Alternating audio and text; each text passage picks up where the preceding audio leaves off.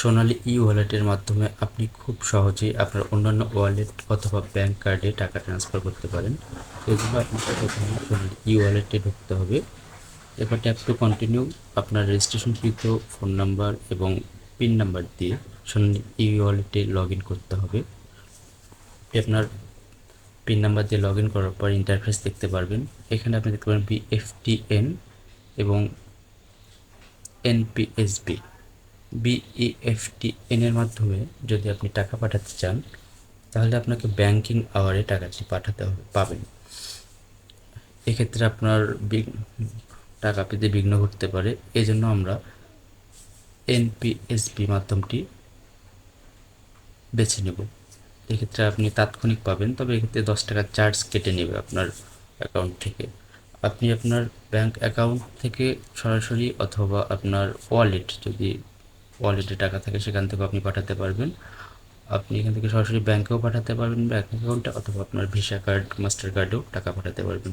এক্ষেত্রে আমি যদি কার্ডে টাকা পাঠাবো, এক্ষেত্রে আমি প্রথম ব্যাংক কার্ড সিলেক্ট করে নেব। এরপর কোন ব্যাংকে পাঠাবো, আমি ইসলামী ব্যাংকে পাঠাবো, ইসলামী ব্যাংক সিলেক্ট করে নেব। পর আমার কার্ড নাম্বারটি ইন্টার দি কার্ড নাম্বারে বসাই দেব। কার্ড নাম্বার বসানো হলে আমি কত টাকা পাঠাবো সেই অ্যামাউন্টের জায়গায় বসাই দেব। আমি 1500 টাকা পাঠাচ্ছি, 1500 বসাই দিলাম।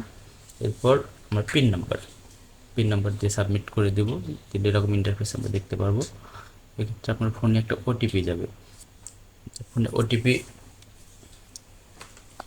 ফোনের ওটিপিটি আপনি এখানে বসাই দিলে আপনার দিয়ে সাবমিট করে দিলে আপনার টাকাটি চলে যাবে আপনার ব্যাংক অ্যাকাউন্ট অথবা আপনার কার্ড অথবা বিকাশ, নগদ, ওয়ালেট, আপনি যেখানে চান সেখানে পাঠাতে পারবেন খুব সহজেই। একটি সহজ মাধ্যমে। ওটিপি আসতে একটু সময় লাগতেছে।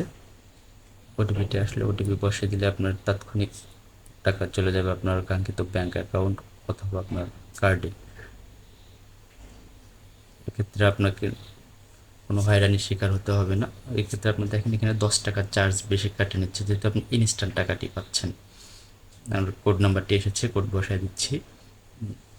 কোড বসায় দিয়ে সাবমিট করে দিলে আপনার টাকাটি সাকসেস হয়ে গেছে। ধন্যবাদ।